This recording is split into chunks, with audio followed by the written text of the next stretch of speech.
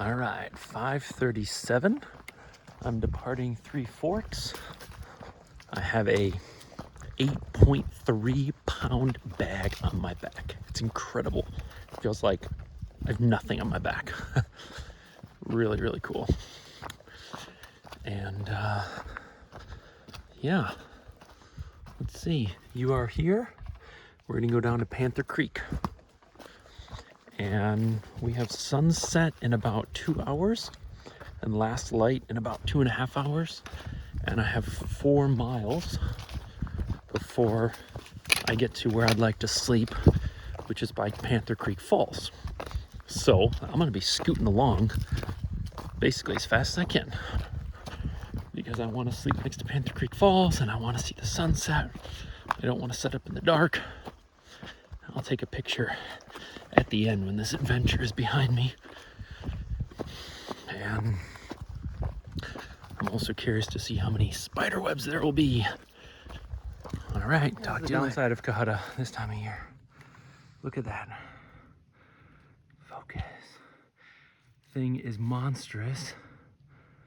It's oh, it's got a bee.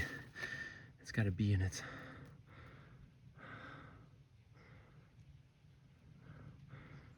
Humongous. I almost walked into one of those last year. Well, we're in Cohutta Wilderness. This is the top of Panther Creek Falls. I hiked in from the Three Forks parking area, so it should be right exactly 4 miles. Mostly clear. There's some places where it was a little bit overgrown, but Panther Creek Falls is a very sort of, it's less of a waterfall and more of a water slide. The water is barely running today, but even when it's going, it's really not that big. But the view is just really good. It's hard to tell, but where the mountains meet the orange sky, there's several layers of mountains that the naked eye can pick up that the camera can't. But if you're ever in the Chattanooga area in general, consider checking out Cohutta Wilderness and consider parking at Three Forks and doing a 4-mile challenging hike to Panther Creek Falls. And if you can, spend the night here. Take care. So now I'm on the Conasauga River Trail. This is the Conasauga River. It's about to meet up with Panther Creek about 1/8 of a mile downstream. I woke up from Panther Creek Falls this morning. Very cold night. I threw together this backpacking trip at the very last minute. Literally, I was sitting in my house and I told my wife, I said, kind of like to get away again, just feeling really lonely. And when I'm surrounded by people I love and I'm still lonely, then there's a different problem and I feel like I need to get away. That's been happening a lot lately. I think it's because the thing that I'm doing, 35 and early retirement, there's not a lot of people doing it with me, so I feel a bit alone. Anyway, so I threw the trip together last minute. Literally, like, I told my wife I think I'd like to go, and 25 minutes later I was gone. And at the last second I grabbed a little zip up fleece, and if I hadn't, I would have really suffered last night. I only slept about 30 minutes, I think. There was a lot of noises. I'm almost certain there was a bear in camp, based on what I heard. But it's hard to say. Sometimes your mind plays tricks on you. And I was literally like, I just couldn't move. I was like kind of paralyzed. I didn't want to look. I didn't want to flip on the flashlight.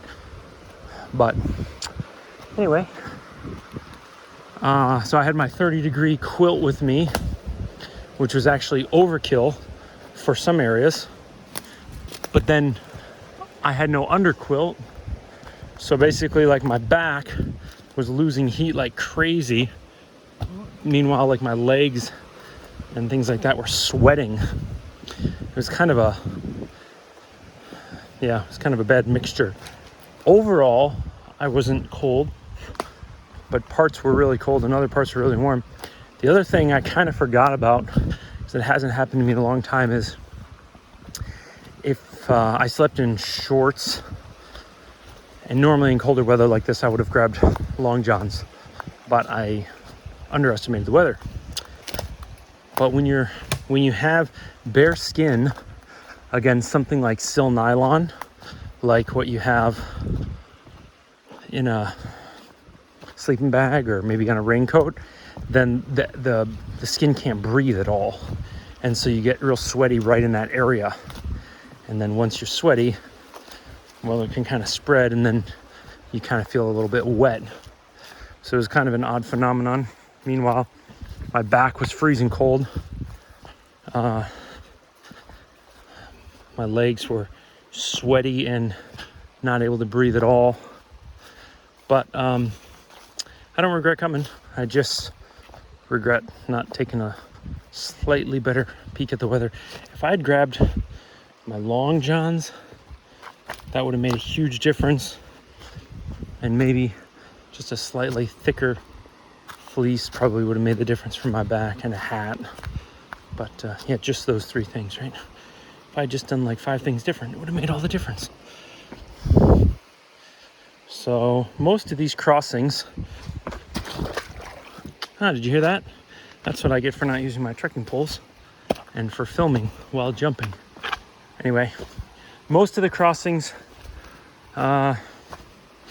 you can hop, skip, and jump without getting wet, especially if you have trekking poles, because they help you steady yourself, and you can take jumps with trekking poles that you'd never take without them. On Jack's River, if you do all of Jack's River Trail, there's like 25, 35, something like that, crossings that you can't cross without getting soaked up to the knees normally. Once all the way to the hips. So, but this is my first time on this trail. After I do this trail, all I have left is the other end of this trail, a little 5-mile section, and tear britches, and then I'm done with all the trails in the Cohutta Wilderness. That'll be all of them. So, all right, I'm not going to make the same mistake again. See you later. Of all my interests in life, I sadly report that history is not one of the strong ones. But for those who are interested, this is some old cable. They use this either to do a bridge, I suspect, or for some sort of hauling, because they used to cut this forest. I'm blanking on the word. Clear cut? Not exactly clear cut, but here I am again doing this while filming. I don't know why. I'm already, my left foot's already wet, so I kind of don't care about it, but I'd suggest if you're coming here for the first time, do one of the river trails, Jack River Trail or Conasauga River Trail. You'll have more consistent water. It'll probably be a more well-worn path, so you don't have to worry as much about blowdowns and things like that. And you're more likely to see more people. So if you're kind of creeped out of being out here on your own, or even with a family or whatever for the first time, if being alone kind of creeps you out like it does me, I would do one of the river trails. They're just a little bit more well-worn. As you may have seen in one of my other videos, these wilderness trails are nothing like national park trails. You know, there are frequently blowdowns that you have to take a detour on, or you know, poison ivy and thorns on your legs.